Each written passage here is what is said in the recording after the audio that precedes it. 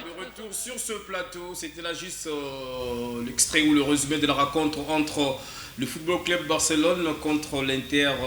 Je vous rappelle que ce match est soldé sur la marque de 3 buts partout et le match retour est prévu pour le mardi prochain. Mesdames et messieurs, nous allons changer de chapitre pour parler à présent, pour réveiller d'abord un peu démocratie du Congo et prendre une autre discipline qui est d'ailleurs le basketball. Et sur ce, je reçois pour vous, messieurs, Valérie Okoka Batunanga.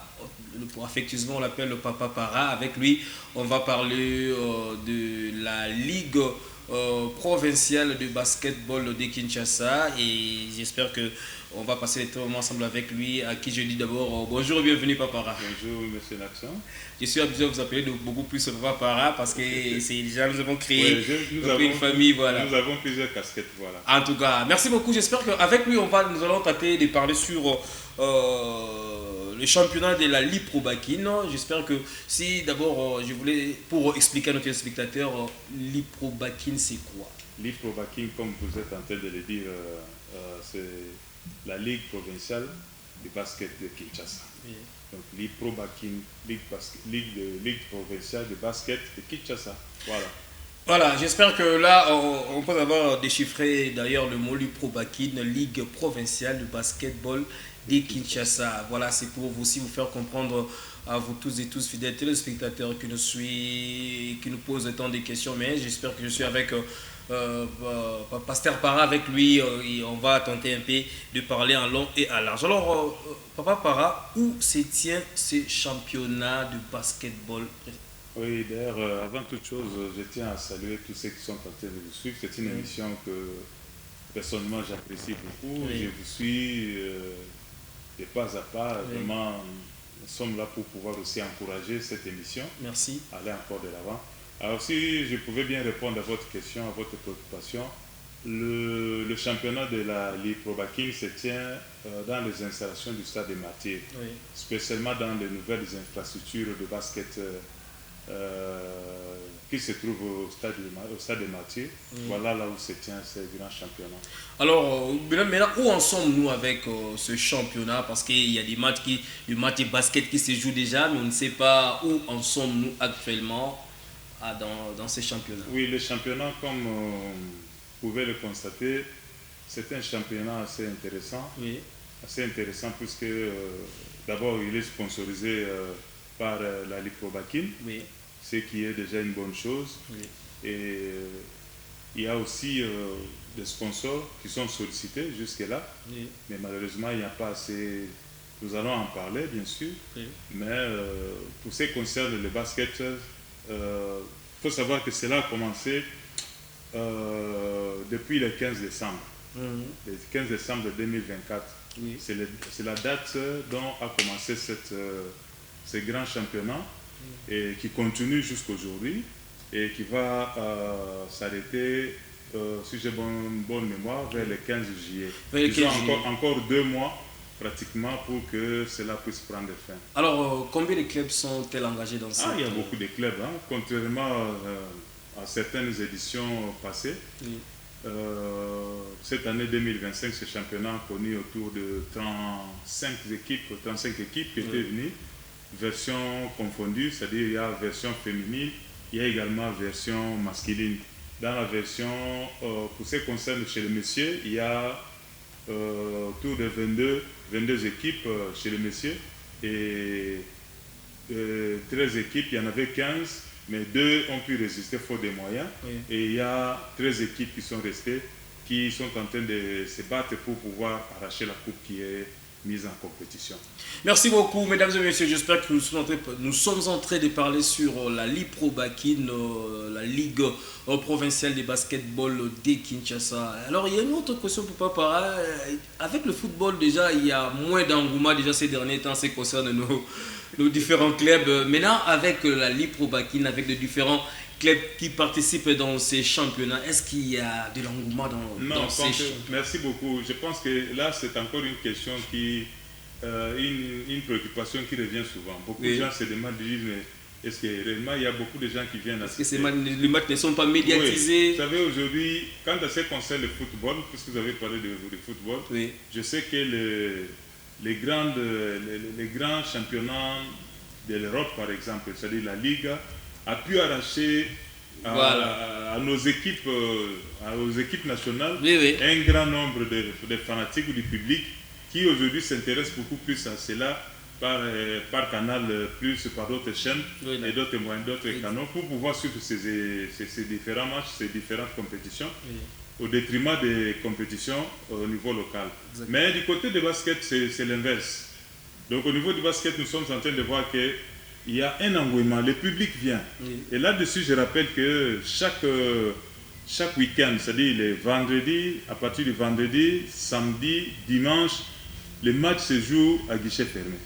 Les matchs à guichet fermé. Le week-end, le vendredi, le samedi et dimanche, ça se joue à guichet fermé. Et surtout quand il y a des grandes équipes de la capitale telles qu'Onatra, BC Onatra, tout ça, ce sont des équipes qui drainent des grands mondes. Est-ce que c'est toujours le même Onatra que Consomar était présent à l'époque ou il y a une autre version? Il y a des nouvelles équipes aussi qui sont venues. Il y a des grandes équipes qui sont venues.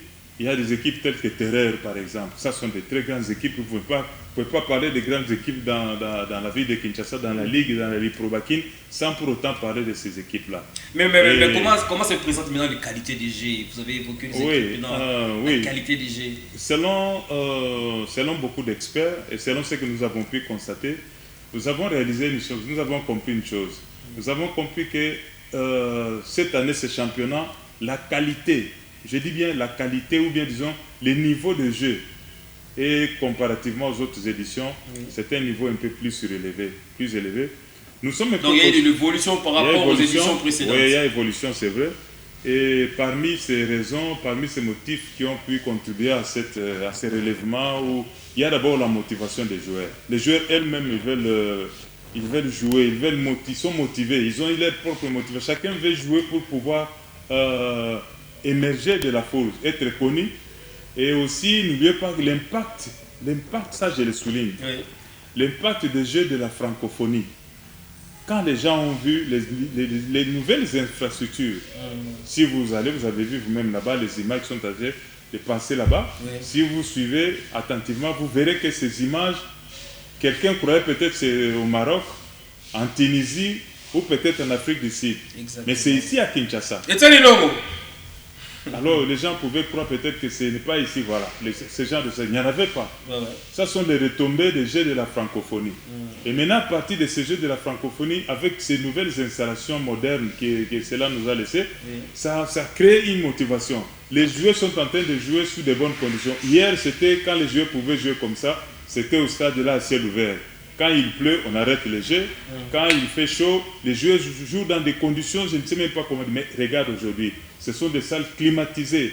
Des salles climatisées. Et les gens qui là, nous sommes au stade de Martyr de la Pentecôte. Dans les installations du stade de Martyr. Exactement. Et ça, c'est déjà quelque chose qui a pu motiver les joueurs. Et ça a changé même la qualité des jeux. Plus, dans les sports, vous savez vous-même, plus vous avez des bonnes infrastructures sportives, plus vous avez les résultats. Nous avons vu les cas avec le Maroc. Le Maroc a de belles infrastructures sportives. Et le Maroc est allé jusqu'à devenir vice-champion du monde ou quelque chose comme ça. Voyez. Donc, si vous allez au niveau de Rabat, au niveau de Marrakech, au niveau du Maroc, vous trouverez dans tous les sports, tous les sports qui sont au Maroc ont des infrastructures modernes et adaptées. Et ça stimule. C'est ce que nous sommes en train de voir aujourd'hui dans les baskets. Il y a une motivation, il y a une stimulation. Les joueurs veulent jouer, les entraîneurs sont là, les gens sont là, les joueurs jouent dans de très bonnes conditions. Ça, vraiment, c'est ce qui peut motiver ou qui peut expliquer, si vous l'avez bien, cette motivation dans les joueurs et le relèvement du niveau du jeu dans les baskets, surtout au niveau de la Ligue Probakin. Voilà. Merci beaucoup. Je rappelle que je reçois pour vous, messieurs, Valérie Okoka-Batunanga, affectueusement appelé Papa Para. Il y a une autre question que je voulais vous poser. Vous savez, nous sommes en République démocratique du Congo. Oui. Nous connaissons nos fédérations, nous connaissons nos différentes disciplines sportives. Il y a toujours des difficultés de s'en sortir. Alors, quelles sont les difficultés rencontrées par cette discipline du basketball et en particulièrement avec la Ligue Pro Bakin? Oui, les difficultés, comme vous le savez, ça ne manque pas. Il n'y a pas une compétition qui puisse se réaliser sans qu'il y ait des difficultés. S'il n'y a pas de difficultés, par exemple, du côté financier, ça peut avoir du côté des infrastructures, si c'est pas, et ça arrive. Mais pour ce qui concerne la Ligue Pro Bakin, les difficultés, certainement, il y en a. D'abord, la première difficulté, ils ont besoin de sponsors. Il n'y a pas de sponsors disponibles pour pouvoir soutenir les jeux, sponsoriser les jeux. Mais avec les petits moyens de la Ligue Pro Bakin, il est en train d'organiser ces jeux, ce qui n'est pas une bonne chose aussi. Il faut qu'il y ait des gens de bonne volonté qui puissent venir, soutenir, appuyer, sponsoriser pour donner un élan à ce que le gouvernement a pu donner. Le gouvernement de sa part aussi a besoin de contribuer. Mais nous savons déjà que le gouvernement a beaucoup pu contribuer aussi dans ce sens qu'il a mis à la disposition de la Ligue Pro Bakin des infrastructures. C'est déjà un grand pas. Mais en dehors de ces infrastructures, la Ligue a besoin aussi du soutien du gouvernement, tant provincial que national, pour pouvoir booster les sports de basket dans notre pays.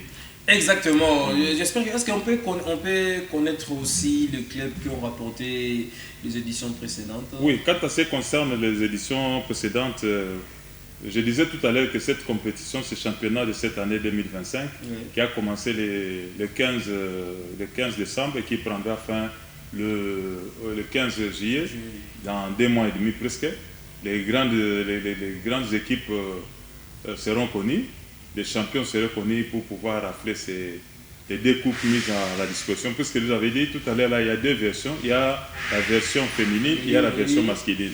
Alors l'année passée, en 2024, quant à ce qui concerne les équipes championnes, chez les messieurs, nous avions eu l'équipe de Terreur.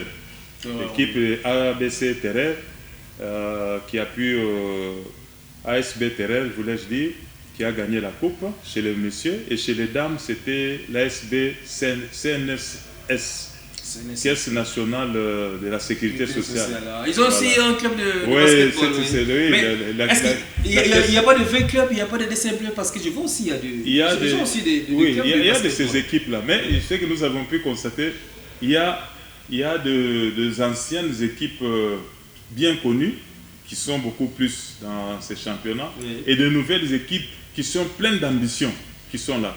Mais les équipes telles que V-Club, Motema Pembe, tout ça, c'est bon. Mais pour la Ligue provinciale, nous pouvons peut-être citer ces équipes-là que nous avons pu rapporter. Merci beaucoup.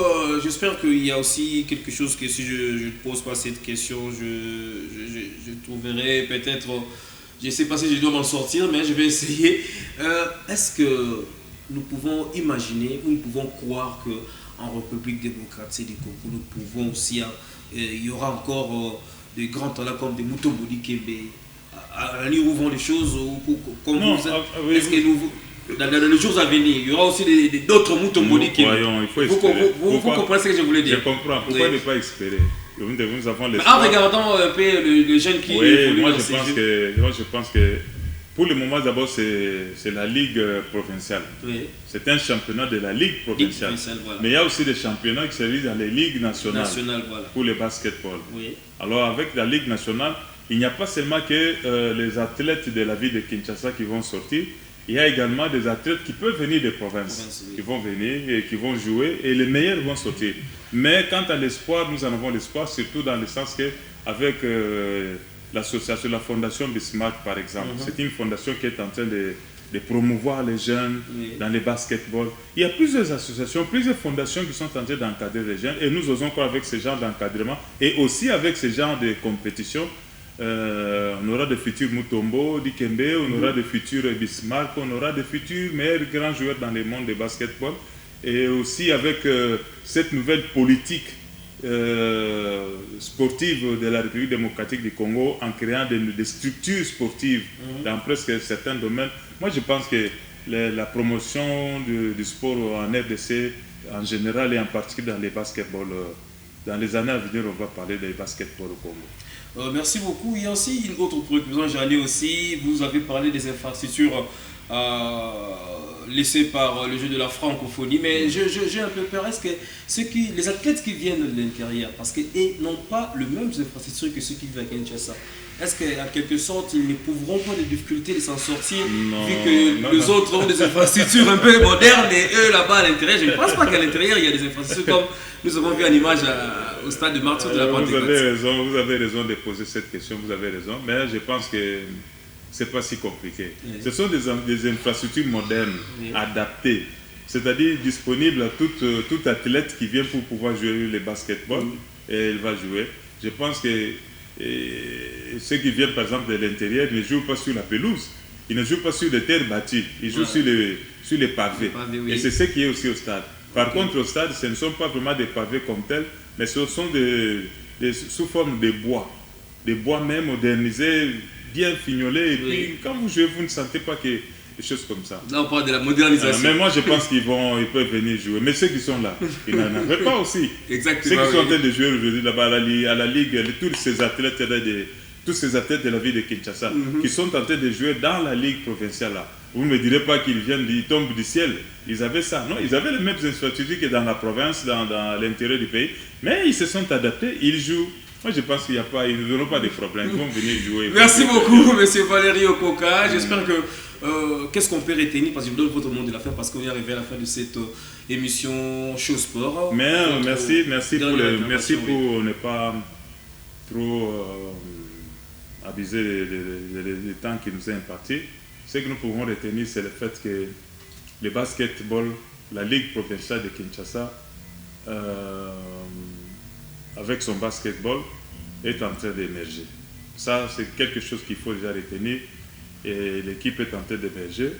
Et bientôt, nous aurons des meilleures formations de basketball ici à Kinshasa, et qui pourront peut-être dans les jours à venir représenter valablement la ville-province de Kinshasa dans les compétitions au niveau national et peut-être plus tard au niveau national. Ça, c'est la première des choses que nous pouvons peut-être retenir. La deuxième chose que nous pouvons retenir, c'est le fait que ces genres de compétitions ont besoin de sponsors, ont besoin de gens qui peuvent les pousser, les gens qui peuvent les soutenir, des gens de bonne volonté comme nous venons de le dire. Ils ont besoin de sponsors et aussi les gens, le public. Ça, c'est un point très important. Le public aussi est appelé à venir. Il faut battre qui est belé. Chaque vendredi, samedi, dimanche, si vous y allez, mais vous trouvez, c'est beau. Vous n'avez rien à envier du Maroc, vous n'avez rien à envier de France, de l'Europe, des États-Unis. Vous voyez, c'est propre, c'est climatisé, vraiment les conditions sont réunies. Et ça fait vraiment une bonne chose. Merci beaucoup, merci beaucoup. Mais je voulais rappeler une chose. Oui, rapidement, parce qu'on est... Je voulais vous dire que votre émission est beaucoup suivie. Hein. Oui, exactement. Oui, votre émission est tellement suivie. Il y a des gens qui le suivent au niveau de la France, et tels que Maman Blandine Kilongi. Maman Blandine Kilongi. Elle suit cette émission. Oui. Il y a Sefo, l'épouse de Madame de Pasteur Moïse aux États-Unis. Ils suivent aussi ces émissions. Oui. Il y a Maman Victoire Ntanga et toute sa famille qui suit aussi cette émission. Vraiment, il y a beaucoup de gens qui suivent cette émission. Merci beaucoup. Nous apprécions beaucoup. Et surtout sur le net, sur le réseau, vous pouvez aussi nous suivre.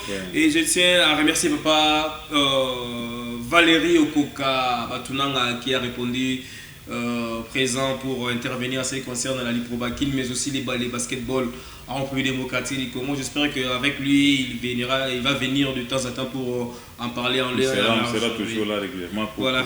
Merci beaucoup. Et merci aussi à la grande équipe technique qui m'a tenu compagnie. Il y avait derrière les caméras Timba Capella. Il ne faut pas s'éclipser comme ça. Il a raison d'Etienne Ilongo. Je rappelle rapidement à nos fidèles téléspectateurs que la première partie de cette émission était consacrée beaucoup plus à l'actualité, à ce qui concerne la Ligue nationale de football, notre Hélico Cash Ligue 1. On a évoqué quelques matchs qui se sont joués le mercredi lors de la 3e journée. Il y a aussi, nous avons parlé aussi de notre basketball. Là, nous sommes beaucoup plus apaisantis sur la Ligue Pro Bakin avec M. Valérie Okoka Batunanga. Je vous donne rendez-vous le jeudi prochain, toujours avec le même plaisir. Vous allez suivre la rédaction de cette émission ce soir, toujours sur les antennes de Show Air Télévision. D'ici là, portez-vous bien et bonne suite de programme sur la chaîne du réveil. Show Télévision. Show Télévision, votre chaîne.